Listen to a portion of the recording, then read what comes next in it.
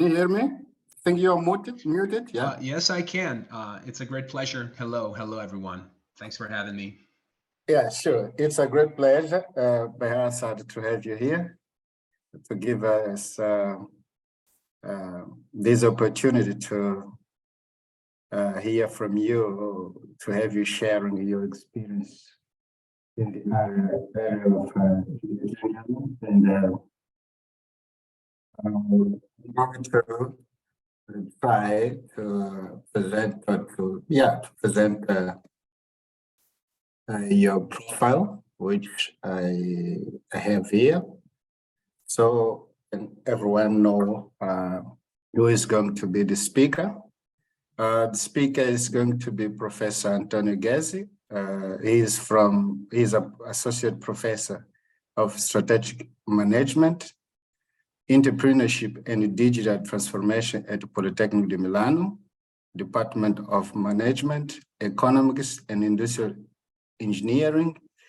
He's a research head of the High-Tech Startups Observatory and of the Space Economy Observatory. He is author of more than 200 scientific articles published in academic journals, conference proceedings, and books. In this talk, he will be presenting us insights on how to design a business model around the original ideas, as well as how to validate it in the market following the so-called lean startup approaches. So I believe that this subject is very important because we know that entrepreneurship is a key for development of countries and the world itself, and especially using the ICT, let's say, using technologies. Okay, so please, Professor Gezzi, you can take this time and guide us through your presentation. Okay, so thank you very much. First of all, again, it's a great pleasure to have the opportunity to meet you all, even though through a virtual channel. If you allow me just a couple of seconds, I have a couple of slides to share that will somehow guide our conversation. So just a few seconds for me to share my screen. And now I guess that you do see the slides. I hope so. And for what concerns the organization of the session, as anticipated and as agreed with coordinators, I will be presenting you my experience and my take on a pretty broad topic, the one of entrepreneurial strategy. And I'll be doing that in 40 minutes or so that eventually we have some 10-15 minutes for question and answer session in case you have some comments you want to make, some points you want to raise, and some questions, of course. So that even though the topic is pretty broad and we don't have a significant amount of time, we can also enable some interaction at the end of the session. So first of all, I'm not saying much about myself beyond what was introduced before. I'm, as I said, associate professor in strategy, entrepreneurship, and digital transformation. I have the opportunity to direct or co-direct a number of masters at a national and international level at our graduate school of management at Politecnico di Milano. And I am also the director of 2 observatories, and to us, an observatory is basically an applied research center that focuses on a given phenomenon longitudinally, so over the years. And the one that is most relevant for today's discussion is the High-Tech Startups Observatory that I've been directing since 2012. And in this observatory, what we basically do is we monitor the Italian and the international ecosystem for what we call high-tech startups. So those new ventures whose value proposition and business model is highly technological. So on the one hand, we quantify the market, the Italian market for high-tech startups, in terms of equity capital, so risk capital these startups are able to raise. And last year, 2022, was a good year for the Italian ecosystem of high-tech startups. Our startups actually raised more than 2 billion euro in funding. That's plus 55% compared with the previous year. But I have to say that if we compare ourselves to some comparable economies, well, we are still 1/6 of France, 1/4 of Germany, and slightly smaller than Spain. So our ecosystem is indeed growing, but it's still pretty small if compared to to European economies. I'm not even mentioning the United States of America. That's embarrassing. They basically invest $2 billion every single day. So they are almost 400 times bigger than us. But this is the quantitative side. We also added a qualitative side, which is the one to some extent I'll be recalling and summarizing today, where we investigate the emerging strategies and business models from Italian startups, which are indeed among the most creative and innovative startups in the world. And of course, the problem remains that we have a lot less fuel, a lot less funding compared with our international competitors.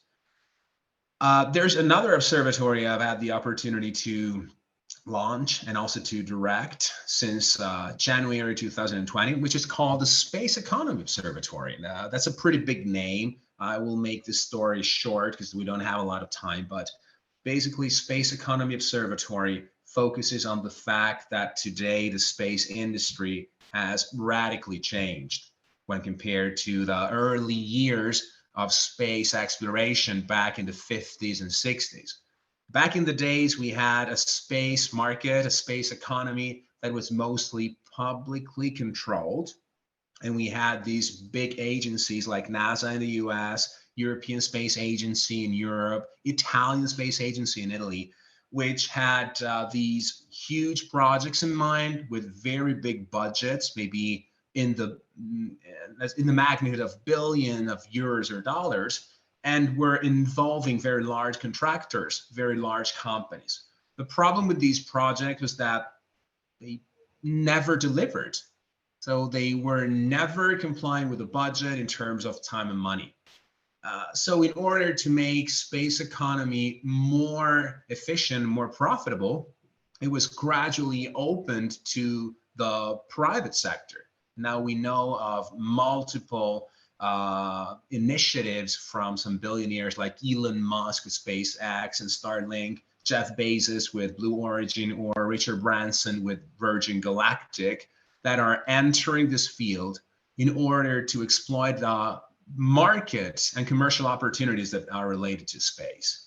So space economy for us is not just how you explore space in order to get back to the moon, maybe to reach Mars in 30 or 50 years, whatever, but also how you combine some space technologies, so satellite technologies orbiting around the Earth, with digital technologies to create and deliver some value-added services that have an impact on Earth today. So for instance, Earth observation services, navigation services, telecommunication services that find multiple applications in different domains. This is what the Space Economy Observatory focuses on. And this is what space economy, new space economy ultimately is. But beyond this short introduction of myself, let me jump straight into the subject so that we have something on the table we can eventually discuss in a Q&A.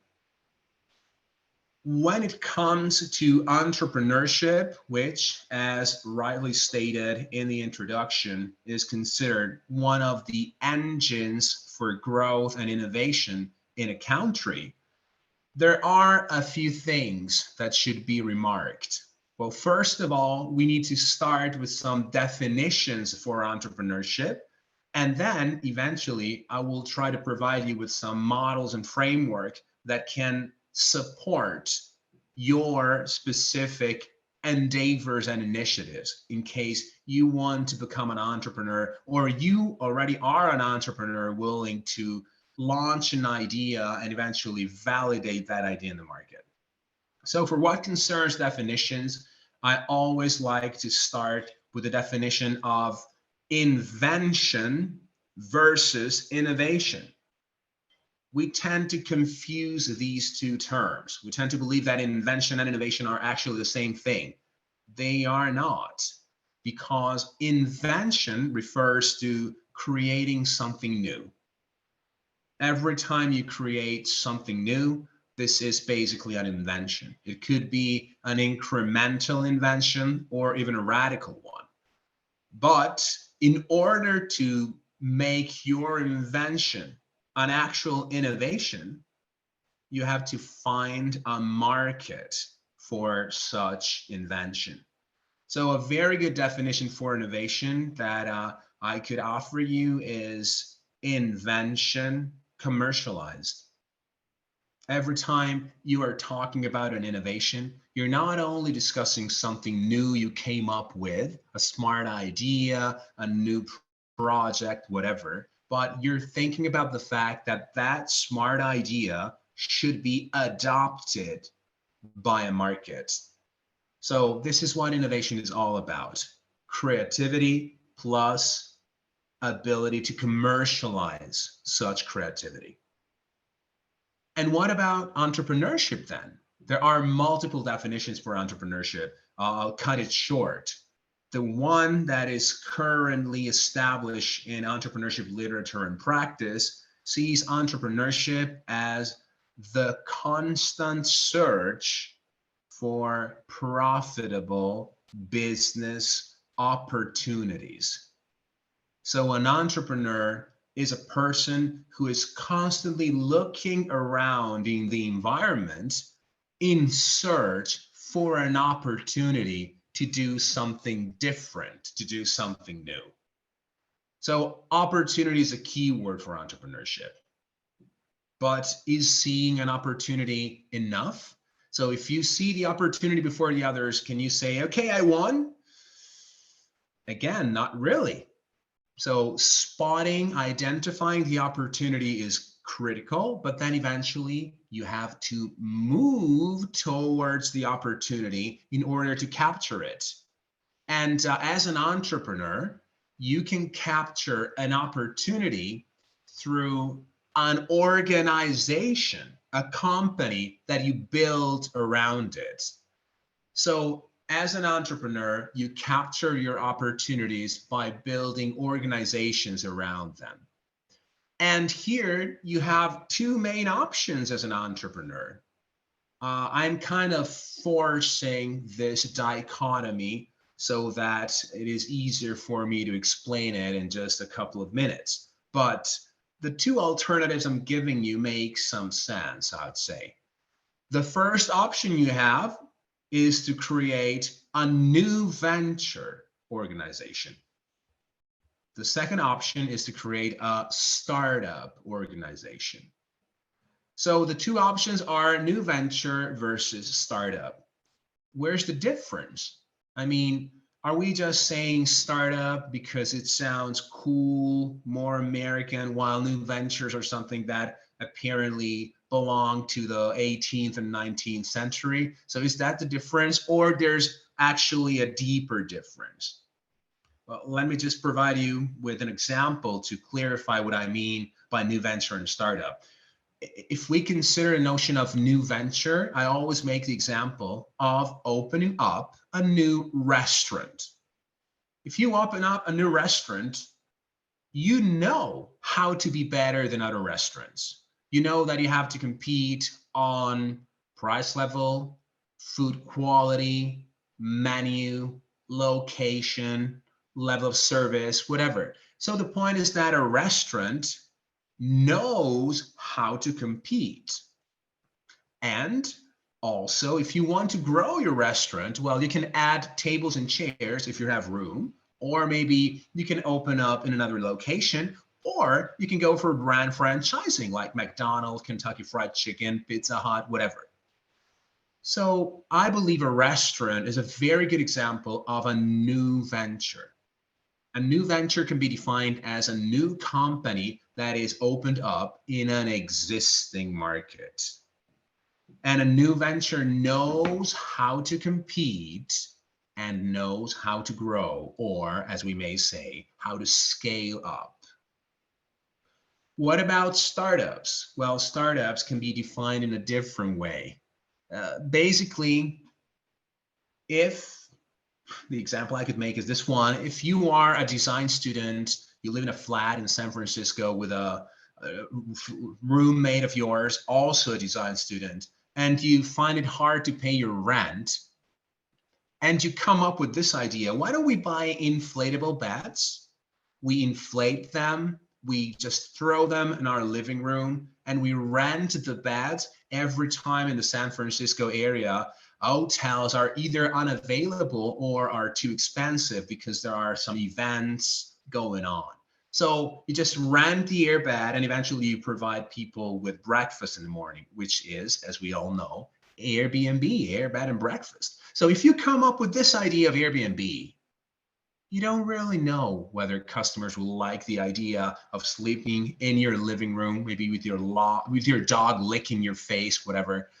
And maybe they don't want breakfast. They want to buy breakfast somewhere else. So the point is, if you have this kind of an idea, you don't know how to compete and you don't know how to scale. You don't know if that idea will become a global company or will just be a hostel in San Francisco. So the startup does not know how to compete and how to scale. And there's a very good definition for a startup from this guy, Steve Blank. He's a serial entrepreneur. He launched multiple startups, many of which failed, but some of which also were very successful, who said that a startup is a temporary organization in search for a scalable and replicable business model. Now, this is a very important definition. I'll repeat it over and over again. You can look it up for it in a reference list that I'll also be sharing with you. So what do we mean by saying that a startup is a temporary organization? We mean that startups have to be flexible and agile.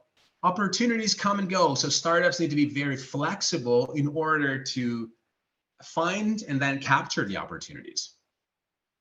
And then the temporary organization is in search for something. That's another key word. Startups are searching for something, and more specifically, they are searching for a business model. This is part of the very title of our discussion today. So allow me to define what a business model is. I have to say that I suffer from some sort of Stockholm syndrome when it comes to the business model, because I wasted 3 years of my life from 2008 till 2010 during my PhD to define what a business model was. And back in the days, I found some 112 different definitions and more than 150 different ways to represent the business model. Now, 13 years later, the situation has gotten worse. There are more definitions and more ways to represent the business model, but there is some convergence towards a given accepted definition. And I have to say that I contributed to that convergence. I'm now #1 in the world about number of scientific publications on the business model.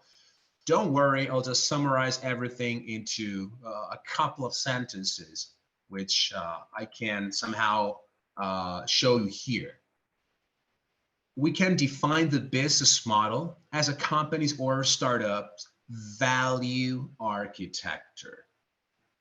What do I mean by this? I mean that the startup should create a business model which is an architecture, a system of different components, all of which should work together in order to somehow support the ability of the startup to create value. And when we say create value, we mean to create a benefit for target customers, but also to deliver value. So how I transfer my value, the benefit for my customer, from my company to my market, and then eventually value capture. I should be able, through my business model, to earn some money out of value creation. I should retain a share of the value that I create for my customers and turn that into economic and financial performance. So the business model, to make a long story short, is like an architecture made of three pillars: value creation, your ability to create products and services that generate benefit for customers; value delivery, your channels, your customer relationship, how you deliver value from your company to your market; and then eventually value capture, how you make money out of that. As long as you are a for-profit organization. If you're a non-for-profit organization, value capture is less relevant, but still you should be sustainable in some ways, maybe through donations or other alternatives. So going back to what a startup is, we said that the startup is a temporary organization in search for a business model, which means that the startup is basically such an original idea that it does not really know whether it will create, deliver, and capture value. So it should find it out, and we will see at the end of this lecture how we can try to understand if we can create, deliver, and capture value. But basically, there's a major problem that I would like to somehow highlight with you today. A lot of entrepreneurs are very innovative, creative, they're capable of coming up with original ideas, but eventually what they lack is a strategy. So there's some kind of a missing link between entrepreneurship and strategy. Entrepreneurs typically fail to formulate a proper strategy for their startup, and that's the reason why they fail as a whole. So we need a couple of definitions for strategy as well, and then we can jump into the so-called entrepreneurial strategy formulation process. If you are an entrepreneur and you want to develop your startup and to find your right business model, you should include that business model in a structured and systematic flow, which is entrepreneurial strategy formulation. First of all, we need to define strategy itself. I'll be very short here, but we can say that strategy is basically a plan of action that allows you to achieve and sustain a given performance. So a given result, which should be better than your competitors' results. So through your strategy, you should be able to achieve and sustain the so-called competitive advantage, which is an extra performance compared with your competitors.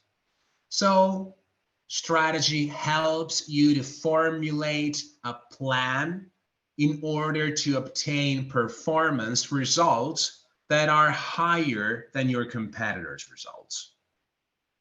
Now, there are different levels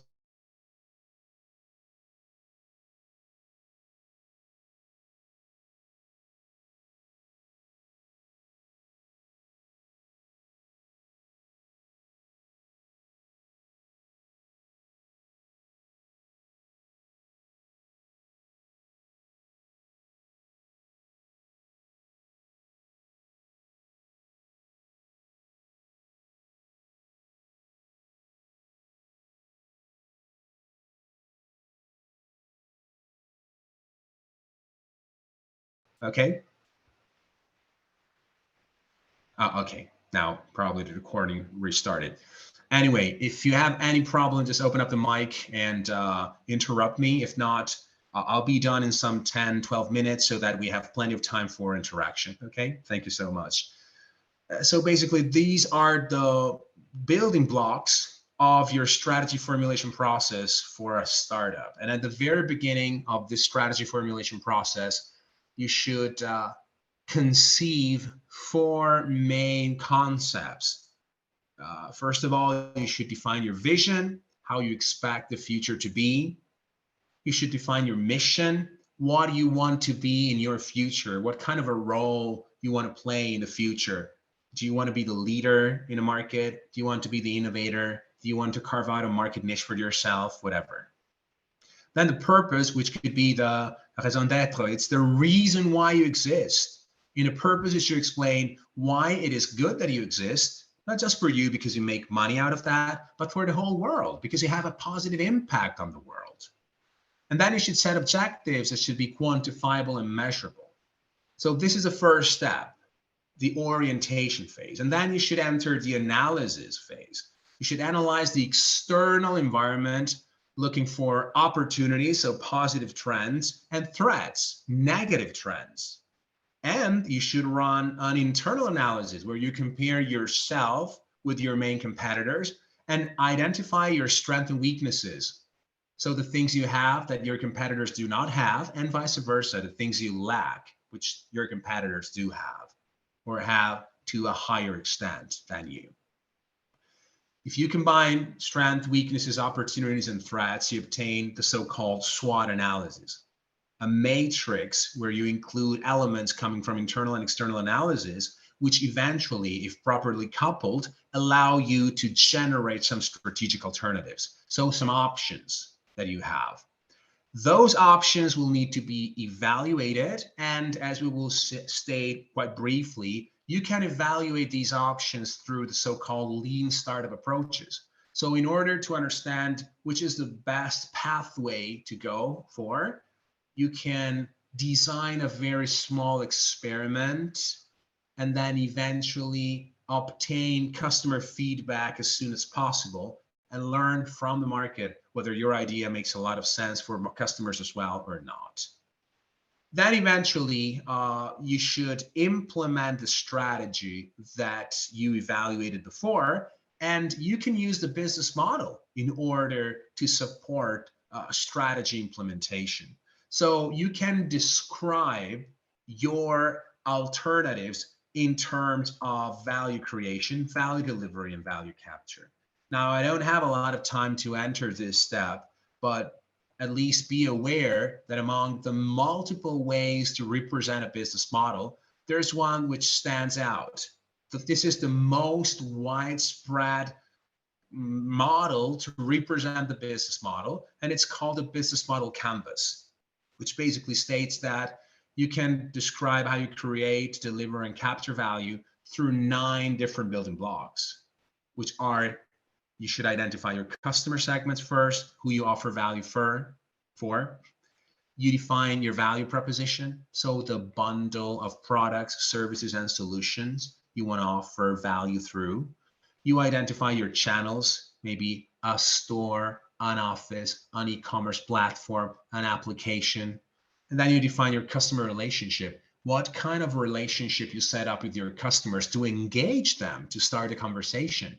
Do you call them? Do you knock at their door? Do you send a newsletter to them? Do you create interesting content to attract them? And then eventually to lock them in. So how do you keep the conversation going, and how to cross and upsell, how to sell other products to customers? And to the left, you should identify the key activities, key resources, and key partners you need in order for your strategy to be up and running. And at the bottom, value capture, you should identify your costs and revenues. So by means of the business model canvas, you can basically explain how your strategy will be implemented, how you will create, deliver, and capture value. And last step is that of control. So after you implement your strategy, you benchmark your final results with your objectives, and you understand whether you should keep going with the same strategy or whether you should go back, trigger feedback cycle, and maybe make some changes. So far I was very fast and brief, but somehow I provided you with some definitions for entrepreneurship and strategy. I told you how to formulate a strategy for a startup. I showed you how to possibly represent your business model. And now I would like to close the discussion and then eventually open up to the Q&A session with the attempt to validate your idea in the market. What does that mean? It means that entrepreneurs tend to make this mistake. They are very original, very creative, so typically they fall in love with their ideas. If you have an idea in your mind, you believe it's a great idea, right? It wouldn't make sense to propose an idea you didn't think it's great. But as an entrepreneur, you tend to be afraid of something. And I call this the entrepreneurial paradox. As an entrepreneur, you are afraid of customers. Why? Because customers can judge you and say, thanks, no thanks, not interested. So this is a paradox because any entrepreneurial endeavor whatsoever should start with the idea of creating a benefit for customers. But then entrepreneurs are afraid of customers because they don't want to be negatively judged. So eventually entrepreneurs tend to not disclose their idea, to protect it, to overinvest on it until they can make it perfect. But again, perfect for whom? Well, perfect for them. So this is a huge problem in entrepreneurship. It's a problem which refers to the fact that entrepreneurs, instead of facing the market and discussing with customers, when they have to write down their business plan, their document explaining why their idea is a good idea, they do a lot of desk research. So they sat at their desk, they Google things on the internet, and do little experimentation and little interaction with customers. In order to solve this bias and limitation, the lean startup approaches were proposed. Now, the two authors mostly involved with lean startup approaches are the guy I mentioned before, Steve Blank, as well as this guy, Eric Ries. And Eric Ries and Steve Blank believed that in order to enable startup development and make it more efficient, startups should be developed following the so-called lean philosophy. Maybe you heard of lean manufacturing, Toyota production system, and so on. The mantra, the slogan behind lean manufacturing is cut waste. And waste is everything that is not creating value for customers. So according to lean manufacturing, when it came to manufacture something, all of the activities that were not directly creating value for customers had to be eliminated.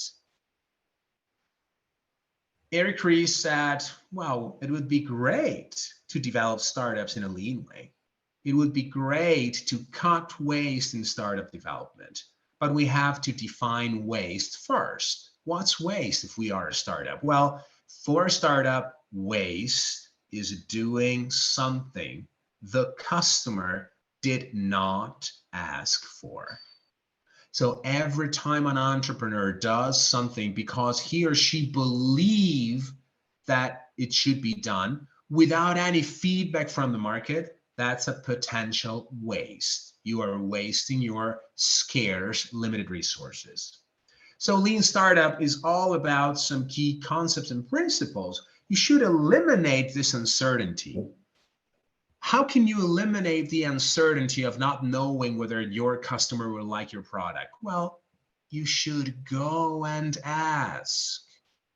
Instead of performing desk research, you should get out of the building, interact with customers as soon as possible. Work smarter, not harder. Don't do everything you believe should be done. Do all of the things that customers ask for. That's a smarter way to work, isn't it? And then this is another slogan for lean startup. You should develop an MVP. MVP stands for minimum viable product.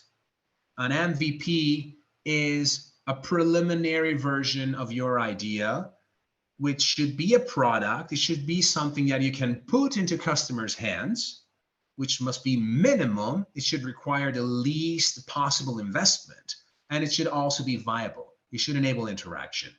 So if you create an MVP, which is often called a prototype, not a prototype. A prototype would require too big an investment.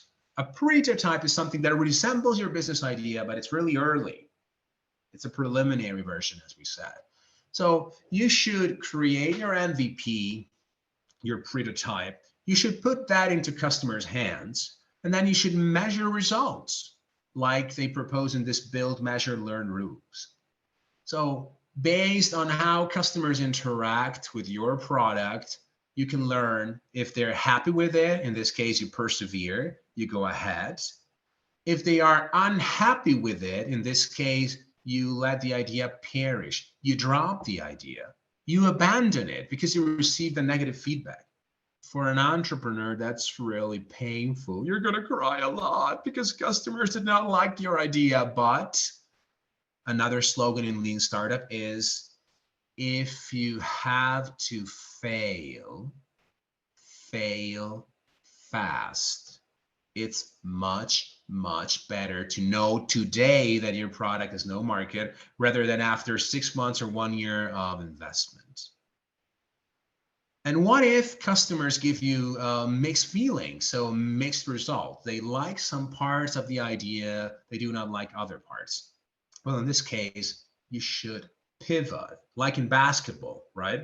You get the ball, you keep one leg straight and one foot on the ground so that it's not a foul, and you move the other foot and the other leg. So you pivot around the original idea. The original idea stays the same, but you slightly modify it based on feedback. And as a concluding slide, this is a process flow that you should follow if you want to apply Lean Startup. So at the very beginning, you should identify your idea, your vision, and then you should translate your idea into hypotheses, so assumptions. So if you want to, I don't know, develop an application to help drivers finding a free parking space in a crowded city, your falsifiable hypothesis is that if you help drivers find a free parking space, they will pay for it. And you should find a way to validate that hypothesis in the market. So based on these hypotheses, you should create MVPs and experiments to receive a customer feedback as early as possible. You should prioritize these experiments because some will be more or less important than others. And then you should run the experiments. If the experiments give you a negative feedback, you drop the idea altogether. You let it go, you let it perish. If feelings are mixed, you pivot and then you go back because you have to reformulate the assumption. Or if everything is approved, you get a green light and eventually you reach the so-called product market fit. Your product is exactly what your market wants. At the end of the Lean Startup process, you stop being a startup. Because as we recall, a startup is in search for a business model. Well, through Lean Startup approaches, the startup finds a business model that works. So after this, the startup becomes a scale-up whose goal is to scale that business model as fast as possible.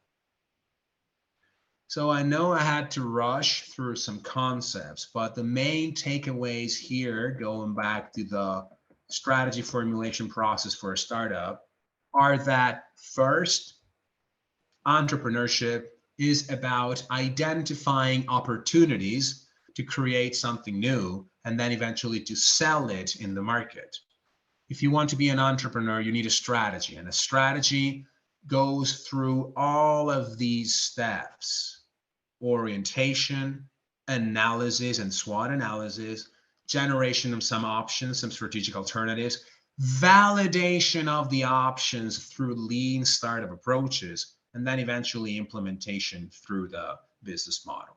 So you need a strategy, and then eventually you need an experimental approach to learn from your market as soon as possible whether your idea is great, not just for you, but also for them. If you have a great idea in your mind and that idea has no market, it could become your hobby, but it's not innovation at all. It's not a startup. So you need to understand what the market thinks about your idea as soon as possible. And then eventually, after you realize the idea makes sense, you should design a business model around it. So you should explain how you create, deliver, and eventually capture value. I know I had to rush through things, but again, as anticipated, I want to leave some time for possible Q&A. But at least I hope I gave you a framework to guide your entrepreneurial endeavors from a strategic perspective. So I supported you, hopefully, from a methodological viewpoint. Now you know what are the steps for entrepreneurial strategy, how you can design a business model, and how you can validate the business model through lean startup approaches. And as a concluding slide, I'm reporting some key references from seminal authors and some articles from myself as well that may allow you to deep dive into business model and lean startup approaches. So on my side, if that's okay, that would be it. I'm stopping the sharing of slides. And I see that there are a couple of questions in the chat. I may start from that. So first of all, are you sharing the video and the PPT? I'm definitely sharing the slides. So I will share them with the coordinators so that they can forward that to you. About the video, if you are talking about the recording of the session, it's no problem with me if you receive the recording as well. I'm not managing it, but it's not a problem at all. And then there's another question. If you have other questions now, I can see the chat. You can definitely write them down, or you can open up the mic if you are allowed to do so. Is there a specific tool to develop an MVP? Well, not really. The interesting part of lean startup approaches is that they are very scientific and systematic and rigorous for what concerns the process. But when it comes to minimum viable product, they're very creative. So for instance, Dropbox. I guess you all know maybe Dropbox, which allows us to share big files over the internet. Well, Dropbox MVP was a video, no code, just a video showing how Dropbox would have worked.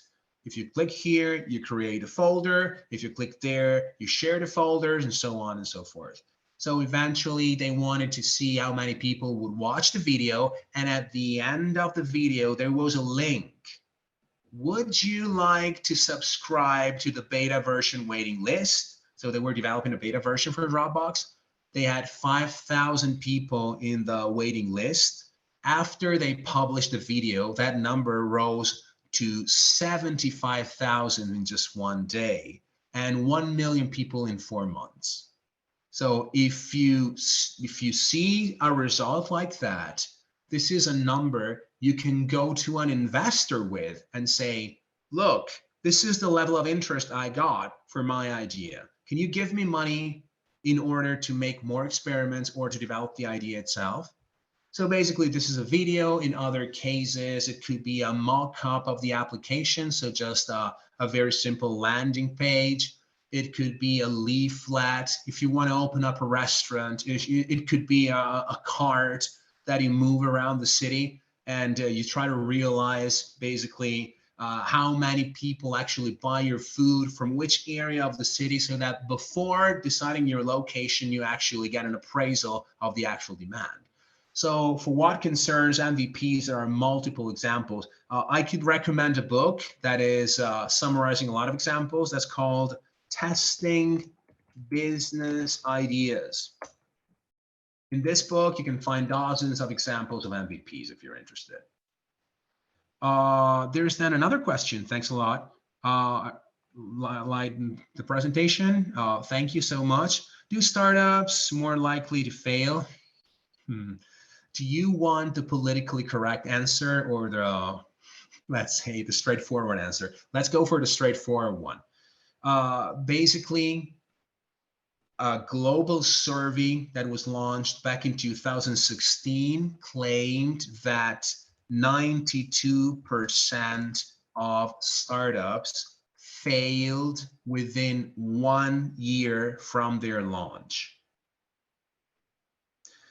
Why? Because startups are highly innovative, and by being highly innovative, they are highly risky. So if you open up a traditional company, a new venture, it's really unlikely it will fail. If you open up a bar or a restaurant, maybe you can survive.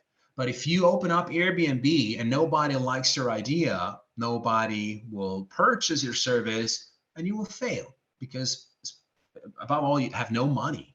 You start with limited resources. So yes, startups fail a lot. But the point is that 10% of startups which does not fail within 1 year will probably become a unicorn, maybe a startup with at least $1 billion valuation. So those who do not fail will repay the whole investment made for the whole portfolio. So that was a very good question. Thanks for asking. Let's say the answer is not so comforting in a way, but we have to know that if we want to play the startup game, it's a high risk, high reward game. Then we have another question from Stefano. How relevant is the public institution support to allow space for experimenting and fail without killing young startups for good? Well, this is a very interesting point, which opens up somehow an interesting discussion, which is to some extent counter-specific. I'll try to keep it general. But first of all, when it comes to experimentation, there are problems if you want to experiment in some specific areas, maybe IT areas or health related areas, because of course there are rules and norms and laws that prevent you from experimenting when maybe safety and health are at stake. There are some recent norms and decrees that would encourage experimentation even in those areas. So to some extent, public institutions can play a role by lowering the degree of control and constraints when it comes to experimentation. But maybe your question was more on the entities, the public entities that may support experimentation, like for instance, I don't know, incubators, accelerators, technology transfer offices in universities. Well, I have to say that if properly structured and properly designed, incubators, accelerators, and these entities may be extremely helpful for startups, especially in the experimentation stage. An incubator's task should be that of helping entrepreneurs to find the right business model and eventually to validate the right business model in the market. So to make a lot of experiments. They should give you the methodology, maybe the tools, and maybe the resources to experiment. Because if they do not do so, they are failing to somehow pursue their mission. Then there are multiple ways to tackle your question, Stefano. So if I'm missing your point, just let me know. Since again, there are somehow different roles public institutions may play. Another role is definitely that of providing private institutions with funding, which is something that is happening in Italy through maybe Cassa Depositi e Prestiti. So to some extent, a governmental venture capital, but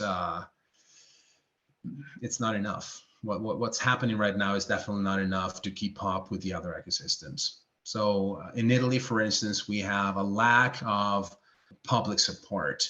Some stats were made in the last years, but it's definitely not enough.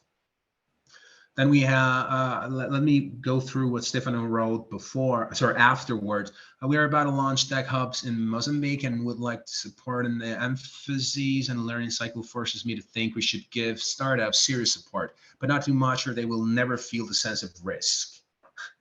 I definitely see your point again.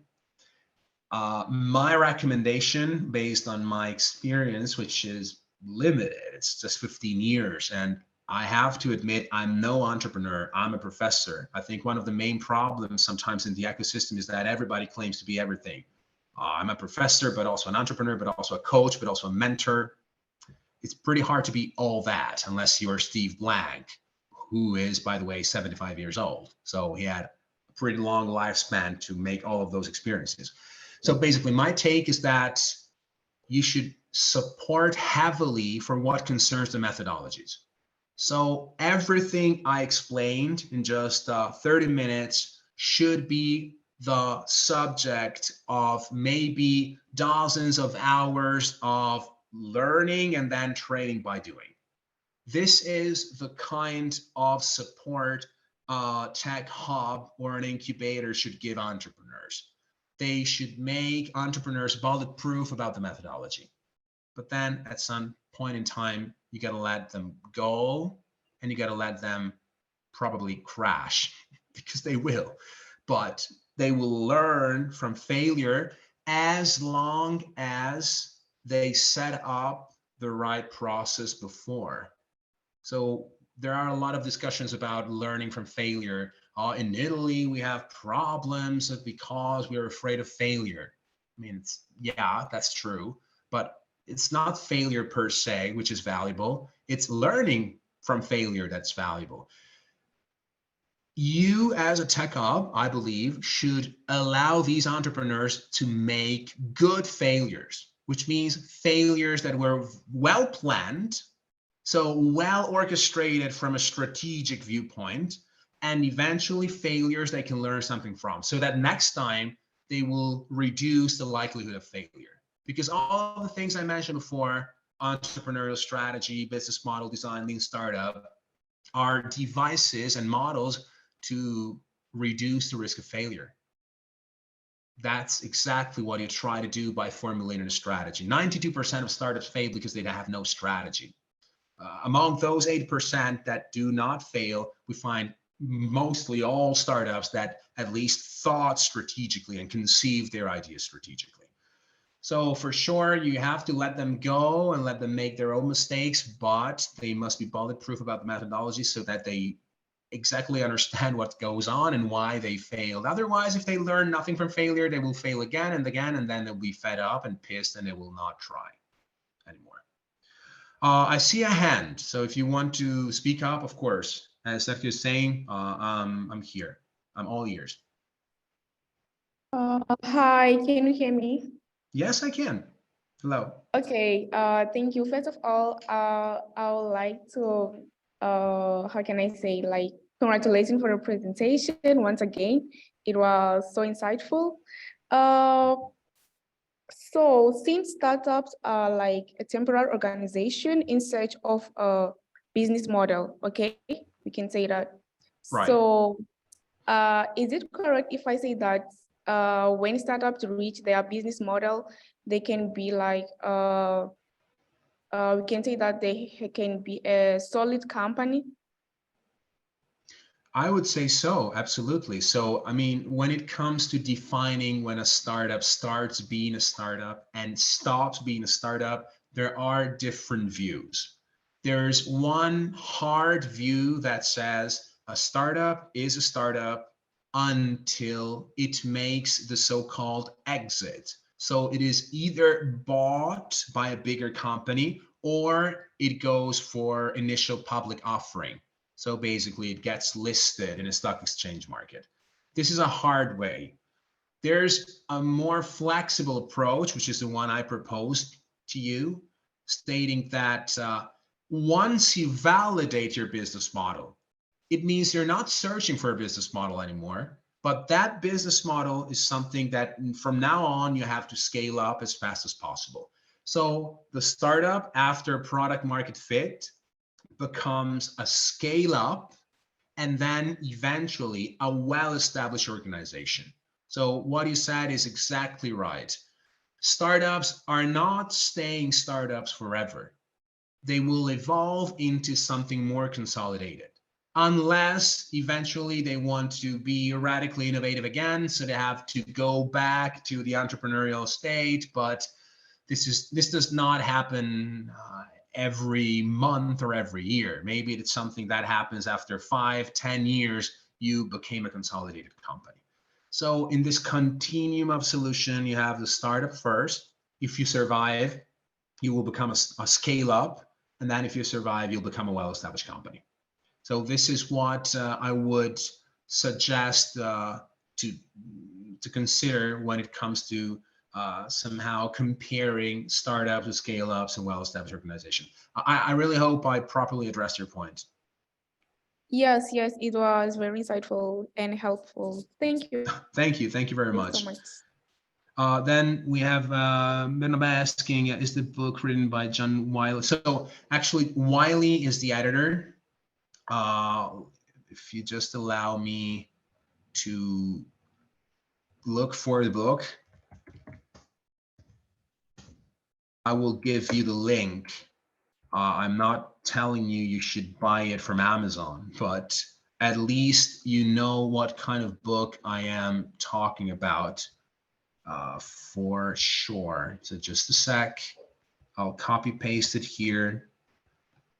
This is the link. Thanks for asking anyway. Antonio, should a cycle of failing and remodeling the proposed product be part of the incubation period in an incubator? Yes, again, there are different views on incubators and accelerators, typically wrong views. My take to simplify the process is the incubation process starts from the idea generation. So typically a bunch of entrepreneurs will come to the incubator with an idea. The incubator will help these entrepreneurs to make a case for their idea. So to design a business model, to carve out a strategy, and then eventually validate or iterate, remodel, as you said, the business model until you validate it or you disprove it. So you say, we got to discard it, which is a pretty frequent option. So I would definitely believe that incubation should be focused on helping entrepreneurs in the entrepreneurial strategy formulation process, the business model design process, and then the validation of the business model process. Acceleration is something different. In acceleration, your business model is validated already, but you need to scale it fast. So you need a lot of money and you need a growth strategy. In the US, we have hybrid entities which combine incubators and accelerators. They're called inculators. Not sure whether you want to go there, but yes, they exist. So there's a lot of variability and heterogeneity here, but I do agree with you concerning the primary role of an incubator. Again, I hope I addressed your point. And now it's actually 3 o'clock Italian time. So unless we have some final remarks or points or questions, I don't want to steal more of your time. So on my side, that would be all. Of course, you have my contacts in the slides, which I'll make available to the coordinators for them to share the slides with you. It was a great pleasure to interact with you all. If you want to connect on LinkedIn or other kind of networks, well, that's fine with me. And again, I'm now leaving the floor to the moderators in case they have some final remarks. But on my side, we can close the session. Can you please share the link of the book with us? Oh, okay. Yeah, I actually shared that with ICT for development. Let me see whether I can reshare it.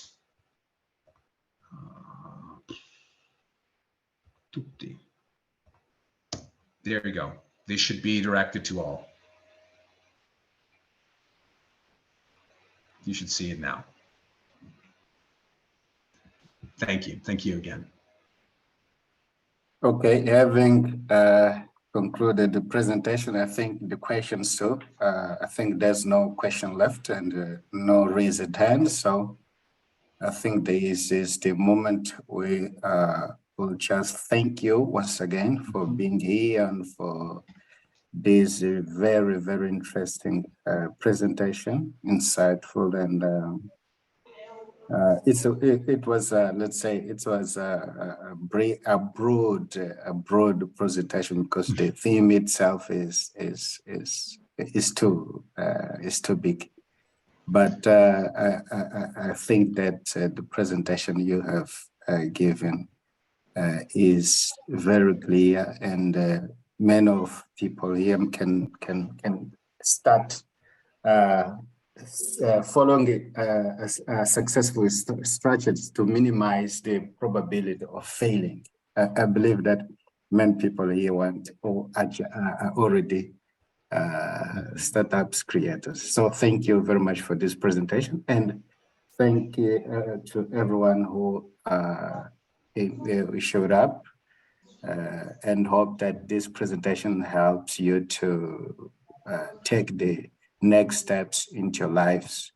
And I hope next time, I think 1 or 2 weeks from now, we'll have another talk. So I'll expect to see you again. So bye-bye, everyone. See you 1 or 2 weeks from now. Thank you so much. Thank you very much for having me. Bye-bye. It was a great pleasure. Bye. Bye-bye.